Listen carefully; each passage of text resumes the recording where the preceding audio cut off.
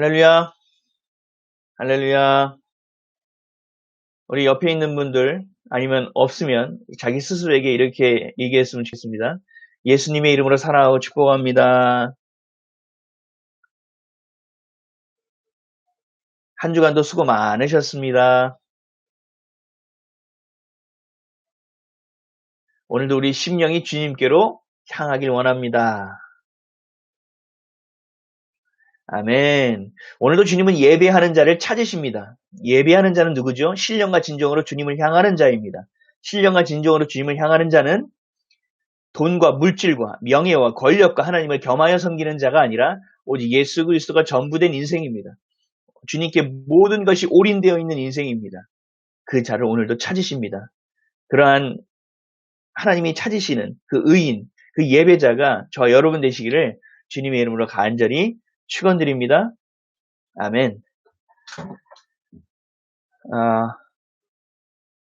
우리가 다음 주부터 아마 내일 이번 주 5월 5일까지 온라인으로 예배를 아마 이번 주까지 드리게 될 것 같아요. 왜냐하면 정부의 지침이 사회적 거리두기 운동이 아마 5월 5일쯤 종료가 되지 않을까 싶습니다. 그리고 오늘 다음 주부터는 이제 생활 방역으로 넘어가기 때문에 이 교회 그 김포시청에서 지침이 내려온 게 있어요. 거기에 지침에 맞게끔 그 프로세스에 맞게끔 우리가 예배를 드리면 될 것 같아요. 그래서 지난주에 저희 아내랑 가서 교회 청소를 했습니다. 그랬더니 또 마음이 좀 새롭고 또 기대하는 마음도 들게 되었습니다. 사랑하는 성도 여러분, 여러분들도 마음이 기대하는 마음을 가지세요. 그리고 주님이 늘 우리와 함께 하신다는 마음을 가지세요. 그래서 외로움, 슬픔, 어려움, 고난 거기에 빠져들지 마시고요. 오직 주님이 나와 함께 하심으로 만족하는 인생, 주님이 나와 함께 하심으로 내가 충분한 인생이 되는 그런 예배의 시간, 돌이켜지는 시간 되기를 주님의 이름으로 간절히 축원드립니다. 오늘은 애통하는 자는 복이 있나니 라는 제목으로 함께 하나님의 말씀을 나누도록 하겠습니다. 따라 하시겠습니다. 애통하는 자는 복이 있나니, 애통하는 자는 복이 있나니. 코로나19로 인하여 드려지는 온라인 예배 10번째 주일이고 우리 산상순 팔복으로 드리는 3번째 예배 시간입니다. 여러분들 울고 싶을 때가 있으십니까? 아니면 많이 울면서 살아가고 있습니까? 우리나라 남자들은 특히 울음을 참는 것이 일상화되어 버려 있습니다. 그래서 자신이 슬픈 줄도 모르고 지나가는 경우가 많이 있다고 합니다. 남자는 뭐 3번 울어야 된다고 하죠. 태어났을 때, 또 언제죠? 부모님이 돌아가셨을 때, 그리고 주님을 만났을 때인가요? 잘 기억이 안 나네요. 그래서 우리나라 남자들은 유독 술을 마시면 우는 사람들이 있어요.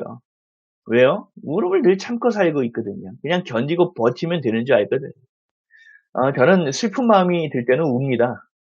눈물이 많은 사람입니다. 드라마를 보면서 웁니다. 아이들이 자고 있는 모습을 볼 때 울음이 날 때도 눈물이 날 때도 있고요. 아이들이 저를 아빠라고 부를 때 가끔 벅차오를 때도 있습니다.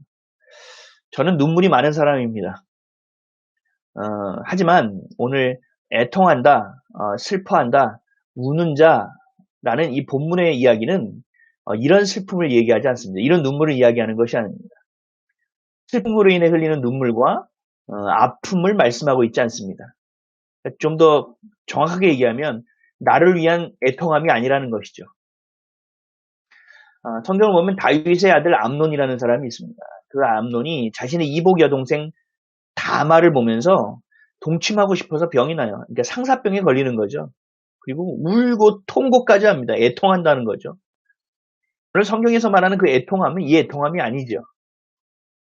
다윗은 자신의 아들 압살롬이 반역을 했어요. 그래서 어렵게 진압에 성공하죠. 자신의 부하들은 전쟁을 치르고 또 누구는 죽고 또 누구는 다쳤음에도 다윗은 자신에게 대적한 아들 압살롬이 죽었다는 것에 대해서만 슬퍼하고 애통해합니다.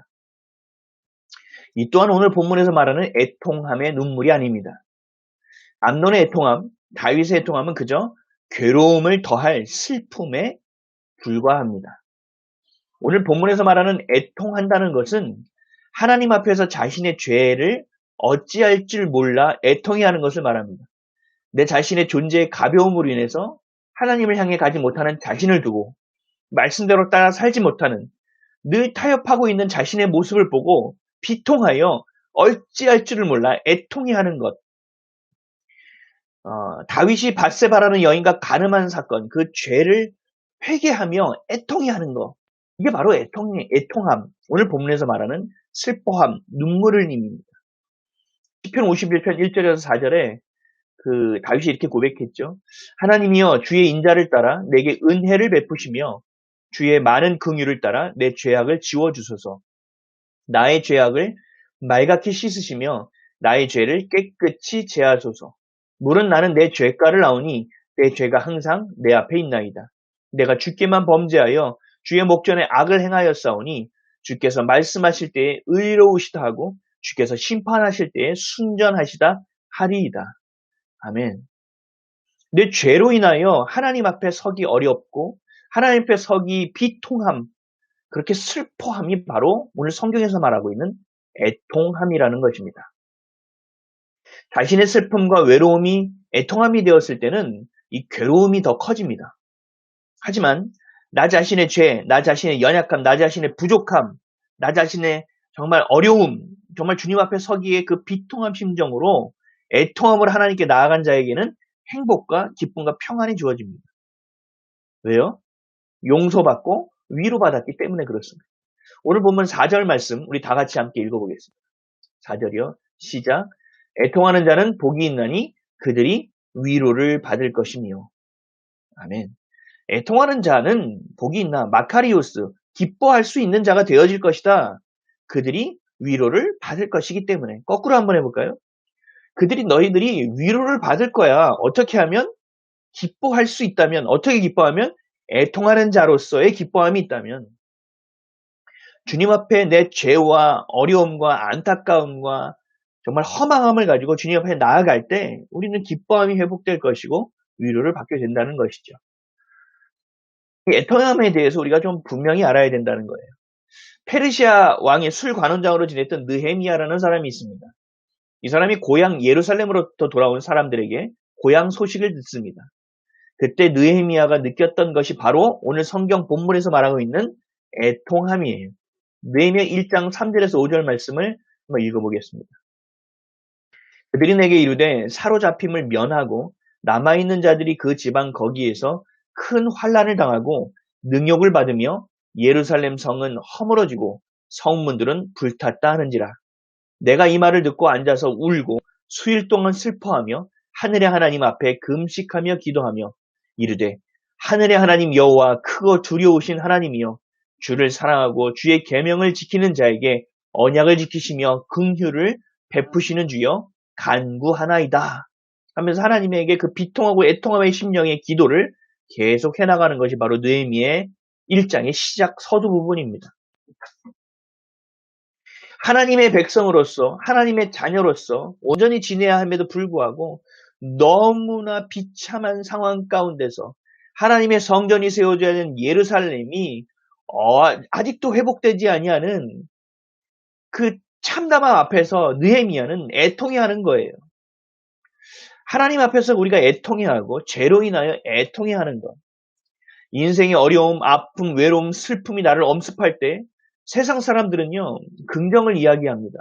그리고 숨깁니다. 합리화시키고 포장하고 덮어주면서 난 행복하다, 난 좋다, 오늘 맛있는 거 한번 먹고 기분 풀자. 그렇게 살아간다는 거죠. 하지만 하나님의 자녀된 우리는 애통해야 하는 것입니다. 자신의 연약함, 자신의 부족함, 자신의 죄된 인생을 하나님께 고백하고 내가 이렇게 살아갈 수밖에 없음에 그 비통하고 참담한 심령을 가지고 주님 앞에 나와야 한다는 거죠. 왜요? 그래야 우리는 죄에서 건짐받고 우리가 죄를 사함받을 수 있기 때문에 그래요. 수고하고 노력해서 극복하려는 것, 죄를 인정하지 않고 절망 가운데 있는 게 아니라 하나님께 슬픈 마음으로, 그 처참한 마음으로 나아가는 것. 이것이 바로 우리가 지난주에 바라봤던 심령이 가난한 자입니다. 그 심령이 가난한 자가 되어야만 애통할 수 있게 된다는 거죠. 심령이 가난한 자, 애통하는 자, 별개의 것이 아니라 심령이 가난한 자가 되어야만이 애통해 할 수 있다는 거죠. 우리 존 메가더 목사님이라는 분이 이렇게 설명했어요. 이 부분에 대해서. 심령이 가난하다는 것은 우리에게는 아무것도 없으며 우리는 아무것도 아니며 우리는 아무것도 할 수 없다는 것을 인식하는 것이다. 어려운가요? 다시 한번 제가 읽어볼게요. 심령이 가난하다는 것은 우리에게는 아무것도 없으며 우리는 아무것도 아니며 우리는 아무것도 할 수 없다는 것을 인식하는 것이다. 그 결과 우리는 스스로를 도울 아무런 자원도 아무런 능력도 없는 거지와도 같은 인생이다. 이런 자들에게 예수님은 말씀하신다. 영적으로 절대적으로 궁핍한 자, 그저 거지일 뿐인 자, 영적으로 파산한 자, 자비와 은혜를 구하지 않을 수 없는 자는 행복하다. 기쁨이 회복될 수밖에 없다. 왜? 이런 사람이 그 나라 하나님의 나라를 얻은 자이기 때문이다. 아멘. 구원은 회개를 통하지 않고서는 불가능합니다. 자신이 죄인임을 깨닫고 그 죄를 해결해 주시는 예수님께 나아가지 못한다면 구원은 절대 있을 수 없습니다. 삶의 변화도 없겠죠. 회개는 애통하는 자만이 가능한데 그렇다면 애통해 할 수도 없죠. 결국은 자신이 심령이 가난하다는 사실도 잊고 세상의 온갖 것으로 그 가난함을 채우려 하며 살아감. 그래야 애통할 수 없다라는 거죠. 그렇기 때문에 하나님은 오늘 말씀을 통하여 우리에게 애통함이라는 것을 요구하고 계시는 거예요. 교회는 출석합니다. 그런데 애통하지 않아요. 왜요? 자신을 죄인이라고 여기지 않기 때문에 그렇습니다. 십자가 사건은 인정해요. 죄를 사해 주신 것도 인정해요. 그러니까 교회를 출석해요. 그리고 감사는 합니다. 그런데 하지만 다른 사람들과 비교해 볼 때 자신은 조금 더 나은 삶이라고 생각하는 거죠. 뉴스를 보면 남들은 막 100억씩 횡령합니다. 그런데 나는 고작 1억밖에 해먹지 않았다라는 거예요. 남들은 막 100억, 1000억씩 막 횡령합니다. 사기칩니다. 그런데 나는 거짓말도 잘 안 한다라는 거예요. 그러니 심령이 가난할 수가 없죠. 애통해 할 수가 없죠. 다른 사람은 생명을 빼앗는 살인의 죄까지 저질렀는데 내가 하는 이 정도 죄는 아무것도 아니라는 거죠. 나는 지금껏 사회적 규범을 잘 지켜왔기 때문에 처음부터 정말 엉망진창인 그 정도의 수준의 사람 가운데 나는 차별된다라고 여기는 거죠. 근본부터 나는 다른 사람들과는 구별되는 자, 차별 있는 자라는 거예요. 그래서 다른 사람들만 보면 저 사람은 정말 죄인인데, 저 사람은 정말 회개하는데라고 여기지 내 죄를 바라보면서 처참함과 비통함과 애통함으로 주님의 이름을 부르는 자가 아니라는 거죠. 이건 죄인의 모습이 아니죠. 애통하는 자의 모습이 아니죠. 입술로는 회개할지는 모릅니다. 그러나 그 회개를 주님이 받아주실 리가 없어요. 왜요? 그것은 바리새인의 전형적인 모습이기 때문입니다. 모든 율법은 다 지켜요. 다른 사람과 비교할 때 나는 괜찮은 것 같아요. 세상 사람들과 비교할 때 나는 선한 사람이라는 거예요. 이게 바리새인이 얘기한 거 아니에요? 입으로는 회당에 나와서 자신을 죄인이라고 고백은 해요. 그런데 늘 뒤에 다른 말이 붙어요. 이게 진짜 자기의 마음이죠. 주님, 저는 율법도 지켰습니다. 주님, 저는 금식도 했습니다. 주님, 저는 11조도 했습니다. 저는 이웃을 위해 복음을 전하기도 했습니다. 저는 도덕적, 율법적으로 볼 때 죄를 짓지 않았습니다. 이런 자가 어찌 회개를 할 수 있습니까? 어찌 애통하는 자가 되겠습니까? 어찌 심령이 가난한 자가 되어 주님께 나아가는 자가 될 수 있겠습니까? 이 사람은 애통하는 자가 아닙니다. 하나님의 기준에 절대로 부합할 수 없습니다. 그래서 하나님 뭐라고 말씀하셨습니까? 바리새인들에게 독사의 자식들이라고 너무나 무섭게 꾸짖었다는 얘기입니다. 사랑하는 성도 여러분, 여러분들의 마음을 잘 살펴야 합니다. 여러분들이 혹시 그런 삶을 살아가고 있지는 않았는가? 내 죄로 인하여 애통함과 참담함과 비참함을 경험하며 기도의 자리에 나아간 것이 아니라 다른 사람의 죄를 바라보며 손가락질하고 정죄하지 않았는가? 혹시 내 자녀에게 그러지 않았는가? 혹시 믿지 아니하는 내 가족에게 그러지는 않았는가? 부자 청년이 그런 삶을 살지 않았습니까? 마태복음 19장 16절에서 22절입니다. 어떤 사람이 주께 와서 부자 청년이죠. 이르되 선생님이여 내가 무슨 선한 일을 하여야 영생을 얻으리이까? 예수께서 이르시되 어찌하여 선한 일을 내게 묻느냐? 선한 이는 오직 한 분이시니라. 내가 생명에 들어가려면 계명을 지키라. 이르되 어느 계명이오니까? 예수께서 이르시되 살인하지 말라, 간음하지 말라, 도둑질하지 말라, 거짓 증언하지 말라, 내 부모를 공경하라, 내 이웃을 내 자신과 같이 사랑하라 하신 것이니라. 그 청년이 이르되 이 모든 것을 내게 지켰사온데 아직도 무엇이 부족하니이까? 예수께서 이르시되 내가 온전하고자 할진대 가서 내 소유를 팔아 가난한 자들에게 주라. 그리하면 하늘에서 보화가 내게 있으리라. 그리고 와서 나를 따르라 하시니 그 청년이 재물이 많음으로 이 말씀을 듣고 근심하여 가니라. 아멘. 이 청년 대단한 청년입니다. 젊은 사람이 부자예요. 그냥 부자도 아니에요. 하나님이 주신 계명을 다 지키면서 세상에서 성공까지 한 청년이에요. 대단하죠. 근데 이 청년이 예수님을 찾아서 묻는 거죠. 어떤 선한 일을 해야 영생, 구원을 받을 수 있습니까? 아직도 자신은 뭔가 부족하다고 느끼나 봐요. 십계명은 다 지켰다고 얘기하죠. 그랬더니 예수님이 소유를 팔아서 가난한 자들에게 다 주고 나를 따르라고 말씀하셨습니다. 그랬더니 청년이 근심하며 떠나갔죠. 만약에 이 부자 청년이 정말 심령이 가난한 자가 되어 주님께 그런 심령으로 물었다면 아마 애통했을 것입니다. 내가 재물을 버리지 못하고 아직도 주님보다 구원보다 하나님보다 재물을 더 사랑하는 자의 그 마음이 자라는 그 마음이 내 안에 경종이 울렸다면 애통하게 되어 있다라는 거죠. 슬퍼했어야 되죠. 주님 저는 어떻게 하면 그러면 될 수 있습니까? 내가 아직도 안 되는데. 근데 그냥 근심하며 예수님 곁을 떠나갔다라는 거죠. 이것은 심령이 가난한 자의 모습이 아닙니다. 주님 없이도 살 수 있는데 주님이 있으면 좀 더 완벽하게 될 것 같아요. 이 정도의 수준의 신앙인 것이죠. 내가 예수님을 그리스도로 여기기에는 나는 너무나 부족하다. 정말 나는 늘 죄인이다. 난 하나님 없이는 단 하루도 살 수 없다. 라고 생각하는 이 심령이 가난한 자들은 십자가 앞에 나와 기도의 자리에 나와 애통하며 기도하게 되어 있습니다. 하지만 이 부자 청년은 심령이 가난하지 않습니다. 그러니 애통할 이유도 없습니다. 죄를 죄로 여기지 않고 살아가니 애통할 이유가 없는 것입니다. 사랑하는 성도 여러분, 우리는 어떻습니까? 여러분들 심령이 가난하십니까? 아니면 애통하십니까? 아니면 무엇을 위하여 애통해 하고 있습니까?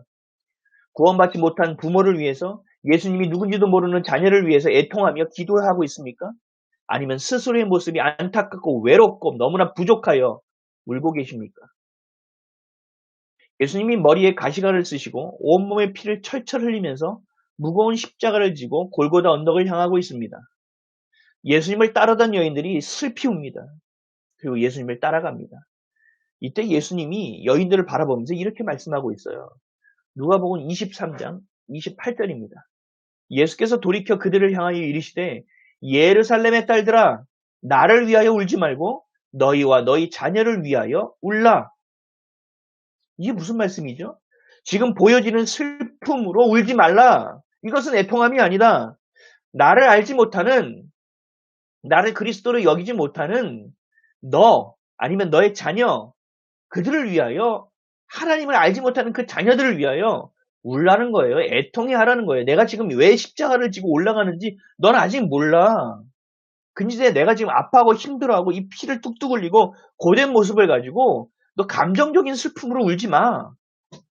이거 애통함 아니야 라고 얘기하시는 거예요. 뭘 위해서 울라고요? 아직 나를 알지 못하고 구원을 알지 못하고 십자가를 알지 못하고 하나님을 알지 못하는 자녀들을 위하여 울라라는 거예요. 그 이웃을 위하여 울라는 거예요. 그 부모를 위하여 애통해 하라는 거예요.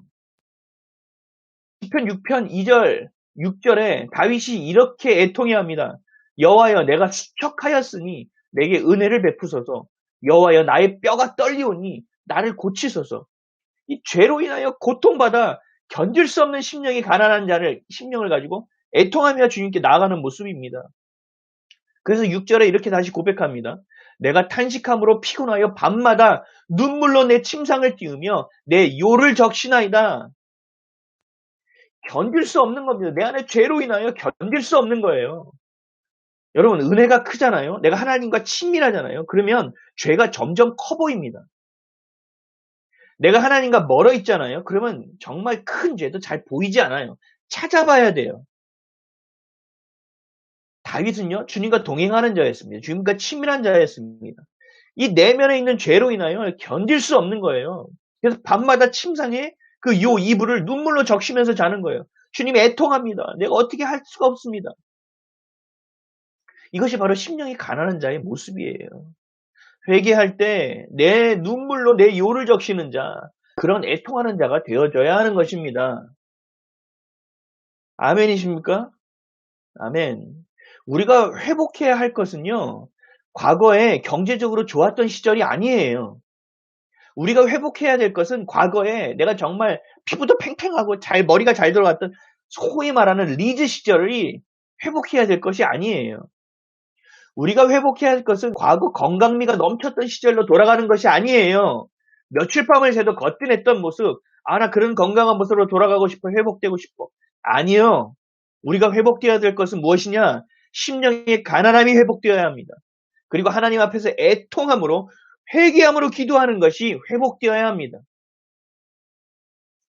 여러분의 심령이 가난하여져 그 죄가 내 눈앞에 정말 수박만하게 보여져 주님 앞에 기도하며 눈물로 적시지 못하고는 견딜 수 없는 애통함이 여러분 안에 회복되기를 주님의 이름으로 간절히 축원드립니다.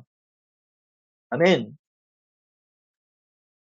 도덕적으로 엄청난 죄, 민사 형사상의 큰 죄를 저지르고 있지 않았다고 하더라도 하나님 앞에 참회하고 늘 부족하고 가난한 마음으로 인하여 애통해야 하는 마음이 우리 가운데 있어야만 하는 거예요. 이것이 바로 하나님의 자녀됨의 모습입니다. 내가 죄인임을 인정하고 회개하는 모습이에요. 사랑하는 성도 여러분, 이러한 회개함이 없이는 절대 하늘나라에 갈 수가 없습니다. 여러분, 내 죄로 인하여 내가 절규하고 주님 앞에 서고자 하는데 되지 않아서 너무 애통해서 주님 나 좀 어떻게 해달라고 정말 밤마다 이불을 적시는 그 눈물이 없이는 여러분 그것은 회개가 아니에요. 죄는요, 여러분들 눈에 보이는 도덕적 율법적인 것이 죄, 그거는 하위 단계의 죄지요. 그 죄가 아닌 게 아니죠. 중요한 것은 뭐예요? 정말 내가 주님 앞에 서려고 하는데 그 10분 1초 하루조차도 주님 앞에 온전하게 살아가지 못하는 이 죄인된 모습. 나를 위하여 십자가에서 모든 것을 버리고 죽으셨는데도 그 죽음을 헛되게 여길 수밖에 없는 오늘의 내 삶의 모습이 참담하여 애통하여 주님께 기도하는 모습, 이게 회개입니다. 이게 바로 죄를 인정하는 모습이에요. 그런데 반대로 하나님은 우리를 기대하신다는 거예요. 하나님은요, 우리가 하나님의 동역자 된 모습, 이 사명자로서의 모습으로 하나님 곁에 서 있는 모습으로 하나님은 지금의 우리를 대하고 계세요. 이게 굉장히 아이러니하죠. 내가 거룩하니 너희도 거룩하라고 하시죠, 하나님은. 근데 우리가 어떻게 하나님처럼 거룩한 자가 될 수 있겠습니까? 그러니 애통해하지 않을 수 있습니까? 나는 빛이니 너희는 빛의 자녀답게 행하라. 그렇게 살라고 말씀하십니다. 근데 우리는 늘 욕심으로 인하여, 정욕의 안목으로 인하여, 안목의 정욕으로 인하여, 인정받고 싶은 욕구로 살아가는 우리의 수준이에요. 근데 그 수준에 하나님은 요구하시는 거죠. 빛의 자녀답게 행하라. 나는 거룩하니 너희도 거룩하라. 갈수록 더합니다. 이렇게 얘기하시죠. 우리 마태복음 5장 하반절에 보면 너희 예배에 참석하려거든 네 잘못이 아니더라도 누군가가 원망할 일이 있잖아. 그러면 가서 용서를 구해 그냥. 네 잘못이든 아니든 관계없다는 거예요. 용서를 구해. 그리고 그 관계가 회복된 후에 와서 나에게 예배드려. 와, 이런 수준을 우리에게 요구하시는 거죠. 근데 가면 더하죠. 여인을 보고 음욕을 품는 자마다 이미 가늠한 자다. 여러분, 세상이 말하는 도덕과 율법으로 살았다고요? 하나님이 말씀하시는 수준은요, 세상이 말하는 도덕적 수준과는 비교할 수도 없는 큰 차이일 것이에요. 감히 엄두도 낼 수 없는 수준의 것을 우리에게 요구하신다고요. 우리를 향한 하나님의 기준은요, 너무 높아서 우리는 도저히 주님을 만족시켜 드릴 수 없는 수준이라고요. 그런데 주님은 우리에게 요구하고 있다고요. 세상의 빛과 소금의 역할을 해라. 그래서 세상이 썩지 않도록 너희들이 그런 역할을 했으면 좋겠다. 왜요? 우리의 숨통이 틀어막힐 정도로 너무 부담스럽게 말씀하고 우리를 힘겹게 하려고 이런 이야기들을 하실까요? 아닙니다. 그럼 하나님은 도대체 우리를 어떻게 생각하시길래 이렇게 높은 수준의 도덕성을 요구하는지를 묵상해 봐야 한다는 거죠. 왜요? 심령이 가난한 자가 되어 애통하는 자가 되어 내 앞에 오면 마카리오스, 내가 너에게 기쁨을 회복하게 할 것이고 천국을 너에게 줄 것이며 내가 너희에게 무엇을 주신다고요? 위로를 줄 것이다라는 거예요. 그거 없이는 너희는 살아갈 수 없다라는 겁니다. 여러분, 나만 구원받으면 끝이에요? 내 자녀만 교회에 출석하면 여러분 영생으로 향하는 과정이 마무리되는 거예요? 아니죠. 이 애통함은 내 울타리에 머물러서는 절대로 심령이 가난하고 애통해 할 수 없다는 것입니다.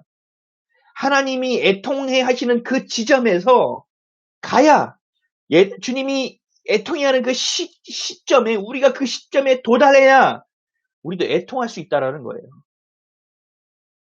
사도 바울은 이렇게 고백했죠. 로마서 9장 1절에서 3절입니다. 내가 그리스도 안에서 참말을 하고 거짓말을 아니하노라. 나에게 큰 근심이 있는 것과 마음에 그치지 않는 고통이 있는 것을 내 양심이 성령 안에서 나와 더불어 증언하노니 나의 형제 곧 고륙의 친척을 위하여 내 자신이 저주를 받아 그리스도에게서 끊어질지라도 원하는 바로라. 아멘. 이게 무슨 말이냐면 쉽게 얘기하면 나는 구원을 받았다고 하더라도 그렇지. 나 구원을 받더라도 애통하면 나아갈 수밖에 없는데 내 주변에 있는 사람들, 내 가족들, 내 자녀와 내 이웃을 바라보는데 어찌 내가 평안할 수 있느냐. 그 고통과 그 구원을 향하지 못하는 것에 대해 내 근심이 너무 크다는 거예요. 그래서 내 자신이 차라리 저주를 받더라도 그들을 위하여 내가 주님과 끊어져 내가 구원을 받지 못하는 상황이 있더라도 그들을 위하여 내가 애통해 할 수밖에 없다. 여러분의 자녀, 여러분들의 부모, 여러분들의 친한 사람, 여러분들의 이웃이 구원받지 못한다는 사실에 여러분 애통해 해본 적이 있으십니까? 다른 교회의 어려운 것을 여러분들이 헤아려 본 적이 있으세요? 여러분 북한에 있는 형제 자매들의 아픔이 여러분들의 마음이 느껴져서 애통해 하며 기도해 보신 적이 있으시냐고요? 우리의 애통해 하는 지점은 내 슬픔과 내 연약함과 내 외로움이 아니라 내 죄로 인하여 곧 내가 애통해 하는 것, 또 이것을 넘어 내 죄를 넘어 하나님의 시선이 멈추는 곳, 하나님의 애통함이 시작하는 곳에 우리의 애통함도 멈춰져야 될 줄 믿습니다. 눈물의 선지자 예레미야 자신의 민족의 아픔 가운데 하나님의 애통함의 시작점에서 이렇게 애통해 합니다. 예레미야 9장 1절에 어찌하면 내 머리는 물이 되고 내 눈은 눈물의 근원이 됐고 죽임을 당한 딸 내 백성을 위하여 주야로 울리로다. 우리 백성이 하나님의 자녀이고 하나님의 백성인데 도대체 이게 우리가 뭐하고 살아가고 있느냐. 깨어나야 되는데 저 우매한 백성이 깨어나지는 못하는데 주님 이 땅을 어떻게 해야 됩니까? 내가 할 수 있는 것은 우는 것밖에 없습니다. 주님 앞에 나와 애통하는 심령밖에 없습니다. 하나님의 애통함이 우리에게 부어지지 않기 때문에 늘 우리는 내 중심의 신앙에서 벗어나지 못하는 것입니다. 이번 선거 보셨죠? 정치와 이데올로기 앞에서 성도도 하나가 되지 못하는 것입니다. 분열과 싸움이 멈춰지지 않습니다. 애통의함을 잃어버렸기 때문이에요. 주님, 내 자녀 어떻게 해야 됩니까? 주님, 내 부모 어떻게 하면 구원을 받을 수 있는 겁니까? 주님, 그냥 이 어려운 인생길도 좀 하나님이 양보해 주셔서 하나님 그들을 좀 어떻게 구원해 주시면 안 됩니까? 어떻게든 저들을 좀 끌어주시면 안 됩니까? 주님, 나는 할 줄 아는 것이 없는 자입니다. 주님, 나는 부족해서 도대체 무엇 하나 할 수 없는 자입니다. 주님, 어떻게 해야 저들의 아픔을 내가 느낄 수 있습니까? 어떻게 해야 하나님의 애통함의 심령을 내 앞에 내 심령으로 받아들일 수 있습니까? 어떻게 하면 하나님의 애통하심 앞에 내 심령이 멈춰설 수 있습니까? 애통함이 사라져버리니까 우리 이러한 기도도 사라져버리는 거예요. 우리 무엇을 위하여 기도하고 있습니까? 사랑하는 성도 여러분, 우리의 기도가 바뀌어져야 합니다. 심령이 가난해짐, 죄를 인식하고 죄 없으신 하나님 앞에 고개 숙여 엎드려 살려달라는 기도, 낙심과 절망 가운데서 어둠을 버리고 빛을 비춰달라는 기도, 내 부족함과 연약함을 주님께 올려드리고 하나님 앞에 애통함을 가지고 기도하는, 주님 나는 내 자신 하나 건사하기도 했는데 주님 이 나라 이 민족을 어떻게 해야 합니까? 주님 나는 우리의 자녀 하나 키우기도 어려운데 주님, 이 땅의 청소년은 도대체 어떻게 해야 합니까? 주님, 저 북한 땅에 있는 북한의 동포는 도대체 어떻게 해야 되는 겁니까? 내가 선교사들을 위하여 도울 수 있는 것이 하나도 없는데 주님, 저 선교사들을 좀 도와주셔야 되는 거 아닙니까? 내가 우리 교회를 위하여 헌신하고 봉사할 것이 없는데 주님, 이 교회 도대체 어떻게 세워야 되는 것입니까? 우리 기도가 달라져야 돼요. 우리 기도가 주님의 애통함으로 우리 기도가 선포되어져야 됩니다. 사랑하는 성도 여러분, 다윗처럼 울어야 합니다. 예레미야처럼, 느헤미야처럼 이 나라와 민족과 교회와 가정과 내 남편과 아내와 내 자녀와 내 부모를 위해서, 북한 동포와 이웃을 위해서 여러분들 울어야 돼요. 그럴 때 하나님의 위로하심이 우리에게 임하게 되는 것입니다. 아멘. 오늘 본문 4절 말씀, 마태복음 5장 4절 말씀 다시 한번 읽어볼까요? 시작. 애통하는 자는 복이 있나니 그들이 위로를 받을 것이니요. 아멘. 하나님 앞에서 애통해야 하는데 왜 위로받을 수 있는지 아세요? 내 마음을 이해하는 사람 앞에서 실컷 울어도 그냥 마음을 보여주기만 해도 위로받는 거 여러분 아시죠? 하나님 앞에서 애통함의 자리에서 그 애통함이 내 애통함이 되는데 어찌 위로를 받지 않을 수 있겠습니까? 저는 요즘 우리나라와 민족을 위해서 애통해하며 기도하고 있습니다. 우리 성도들을 위하여 애통해하면서 기도하고 있습니다. 우리 부모와 우리 자녀를 위하여 애통해하며 기도하고 있습니다. 주님 어떻게 해야 합니까? 주님 어떻게 해야 합니까? 이 나라 이민족을 도대체 어떻게 해야 됩니까? 주님 이 나라 이 정치를 도대체 어떻게 해야 됩니까? 주님 동성애로 인하여 이 차별금지법이 통과되게 생겼는데 주님 어떻게 해야 됩니까? 내가 할 수 있는 것이 없으니 더 애통함으로 주님 앞에 나아갈 수 있는 거예요. 심령이 가난하니까 주님 앞에 기도할 수밖에 없는 거예요. 이렇게도 기도해요. 주님 제가 하나님의 말씀을 사람들에게 이야기하고 또 선포하고 복음을 전하는데 저들이 제 앞에서는 끄덕끄덕이며 알았어, 맞아, 네 말이 맞아라고 얘기하는 왜 저들의 삶은 변하지 않는 겁니까? 왜 죄인이라고 얘기하는데 자신의 죄 앞에 애통이 하지 않는 것입니까? 주님 제가 만약에 정말 수십만의 성도가 있는 교회의 담임 목사라도 저들이 저를 그렇게 대할까요? 제가 선포하는 그 말씀을, 그 복음을 이렇게 가볍게 여길까요? 주님 제가 이렇게 개척교회 목사이기 때문에 주님 영향력이 너무 없는 건 아닐까요? 주님 저 좀 엄마 한번 키워줘 보시면 안 돼요? 저 좀 높은 자리에 앉게 해주시면 안 돼요? 주님 저는요 내가 올라가고 싶어서 하는 게 아니에요 여러분. 제가 뭔가 잘 나가고 권력을 갖고 세상에서 말하는 소위 성공하고자 하는 것 때문에 이런 기도하는 게 아니에요. 영혼을 살리려고 하는데 영향력이 없단 말이죠.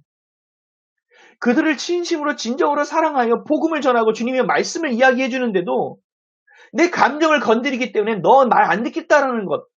좀 이것 좀 어떻게 해봤으면 좋겠다라는 거예요. 내가 이야기를 해줘도 내가 얘기하는 것이 아니라 정말 하나님의 말씀을 이야기하는데도 이 말하는 이 정도라는 사람이 영향력이 없으니 안 된다라는 거예요. 그래서 제가 주님 앞에 가서 눈물을 가지고 기도하는 거예요. 주님, 나에게도 능력을 주시고 하나님 나에게도 권위를 주셔서 좀 저들이 하나님의 말씀을 말씀으로 여길 수 있게 해달라고 애통함으로 기도하는 거예요. 우리 자녀들 때문에도 기도합니다. 부모로서 이야기하는데 제 말을 듣지 않습니다. 복음을 이야기하고 순종을 이야기하는데 듣지 않습니다. 주님 도대체 몇 번을 이야기해야 됩니까? 주님 제가 저희 자녀들에게 아무리 얘기해도 듣지 아니하는데 자녀들이 나를 무시하는 것 같은 마음만 들어 내 감정이 상하고 마음만 힘든데 주님 어떻게 해야 됩니까? 주님이 저들의 마음을 인도해 주십시오. 아이들이 자고 있는 방에 들어가서 기도합니다. 그 문 앞에서 기도합니다. 주님 저 아이를 내가 어찌할 수 없어. 주님이 좀 다뤄주십시오. 아무리 잔소리해서 듣지 않으니 주님께서 저 아이들의 마음을 붙잡아 주시사 꿈과 소망을 갖게 해주십시오. 여러분 어떻게 눈물이 안 나요? 어떻게 애통함이 안 돼요? 어떻게 심령의 가난함을 경험하지 못할 수가 있어요? 어찌 주님 앞에 나아가 기도하지 않을 수 있냐는 것입니다. 저는 이 애통함을 사람들에게 위로받지 않습니다. 왜요? 내 마음, 내 심령을 아는 사람은 없어요. 세상에 누가 있습니까? 여러분 착각하지 마세요.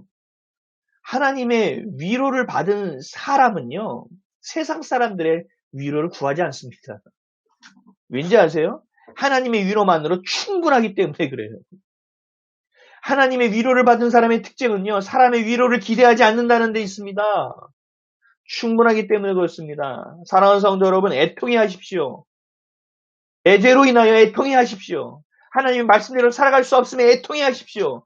내가 죄를 인식하지 못함으로 인하여 애통하십시오. 하나님의 마음이 찢어지는 것이 내 마음에 느껴짐으로, 하나님의 슬퍼하심이 내 마음에 느껴짐으로, 내 주변에 예수님을 알지 못하는 사람들이 내 눈에 보여짐으로, 이야기해도 깨닫지 못하고 깨어나지 못하는 그 우매한 자들을 위하여 우리는 우려해야 할 것입니다. 하나님은 우리를 위로하기를 원하십니다. 하나님은 우리를 친히 위로하기를 원하십니다. 그래서 우리에게 이렇게 요구하십니다. 애통하는 자가 되라. 심령이 가난한 자가 되라.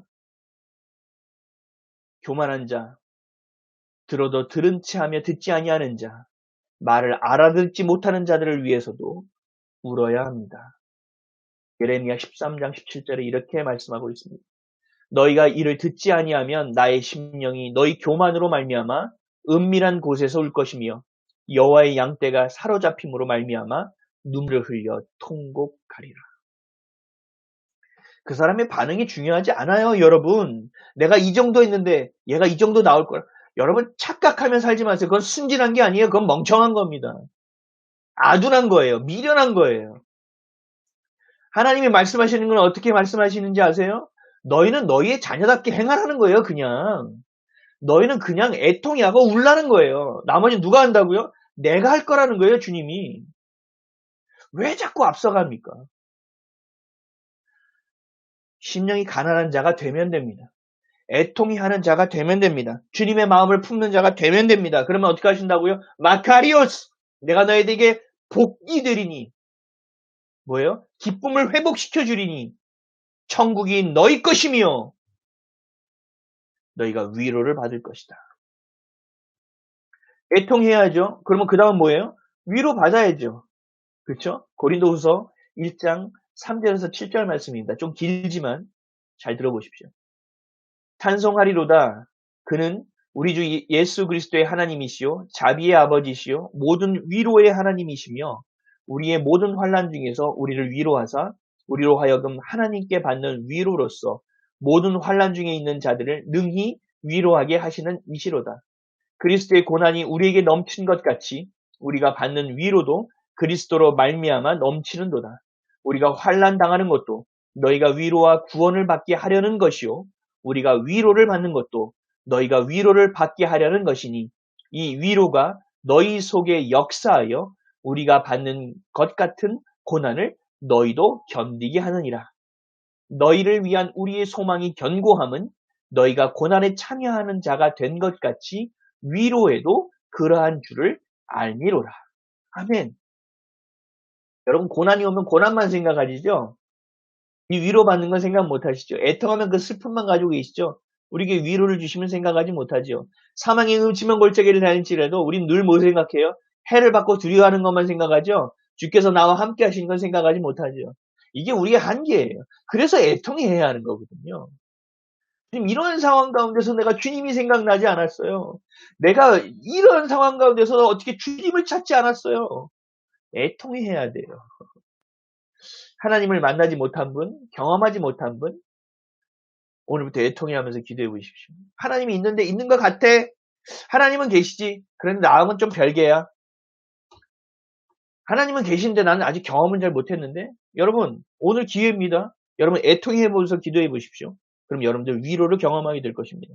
위로를 경험하면 뭘 경험하는지 아세요? 하나님이 나와 함께 하시는구나라는 것을 명확하고 선명하게 알게 됩니다. 죄와 민족, 나라와 자녀, 이웃을 위해 기도할 때 그 사람이 행복 경험하고 기쁨을 경험하며 평안을 경험하고 결국 위로를 경험하게 되는 것입니다. 넘치는 위로를 받고 경험하는 저와 여러분 되시기를 주님의 이름으로 간절히 축원드립니다. 아멘. 근데 여기서 멈춰서는 안 되죠. 우리 애통함에, 우리 울음에 응답하시는 하나님도 경험해야 되기를 간절히 축원합니다. 열왕기하 20장 5절에 히스기야가 이렇게 애통하며 기도했죠. 그리고 응답을 받았습니다. 너는 돌아가서 내 백성의 주권자 히스기야에게 이르기를 왕의 조상 다윗의 하나님 여호와의 말씀이 내가 내 기도를 들었고 내 눈물을 보았노라. 내가 너를 낫게 하니 내가 3일 만에 여호와의 성전에 올라가겠고. 아멘. 애통해하며 주님께 기도할 때 주님은 반드시 응답하십니다. 할렐루야.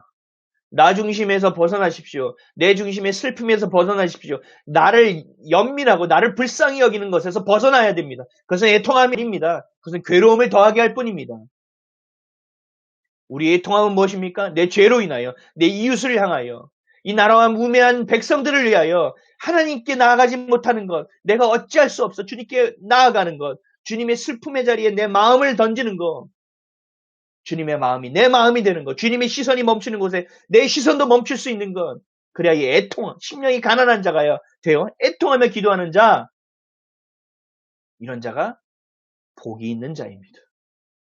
이런 자가 위로를 받는 자입니다. 이런 자가 하나님의 일하심을 경험하며 여러분들의 두 눈으로 목도할 수 있게 되는 것입니다. 여러분들 믿음 없는 자녀들을 바라보는 시선을 바꾸십시오. 믿음 없는 부모와 믿음 없는 남편과 아내를 바라보는 시선을 바꾸십시오. 주님은 하십니다. 애통해야 하는 자의 기도를 들으십니다. 주님은 반드시 30년이 걸릴 것도 3일 만에 해낼 수 있는 분이십니다. 주님은 하실 수 있습니다. 애통하는 자가 되어 기쁨을 회복하고 복을 받는, 위로받는 저와 여러분 되시기를 주님의 이름으로 간절히 축원드립니다. 아멘. 잠시 기도하겠습니다. 사랑해 주님 고맙습니다. 우리 성도들 한 명 한 명 구원하여 주십시오. 그들의 자녀와 그들의 가정, 그들의 부모 하나님 구원하여 주십시오. 그들을 향하여 정죄했던 내 손가락을 거두게 하시고 내 죄를 바라보며 애통해하게 하옵소서. 나 같은 자가 저를 어떻게 저 사람을 전도할 수 있을지를 애통해하는 자가 되게 하여 주십시오. 그 운회함과 그 미련함을 알지 못하고 그것이 옳다 여기며 가는 사람들을 바라보며 애통해하며 울며 기도하는 자가 되게 하여 주옵소서. 다윗처럼 침상에 날마다 이불에 눈물을 적시며 주님 내가 오늘도 주님 안에서 살지 못했음을 애통해하며 그 죄과를 주님께 다 내어 맡기는 하나님의 자녀들이 되어지게 하여 주옵소서. 그리하여 주님이 주시는 복을 맛보게 하시고 그리하여 천국을 소망하는 백성, 거룩한 백성, 순결한 백성 될 수 있도록 인도하여 주옵소서. 감사드리며 예수 그리스도의 이름으로 기도합니다. 아멘.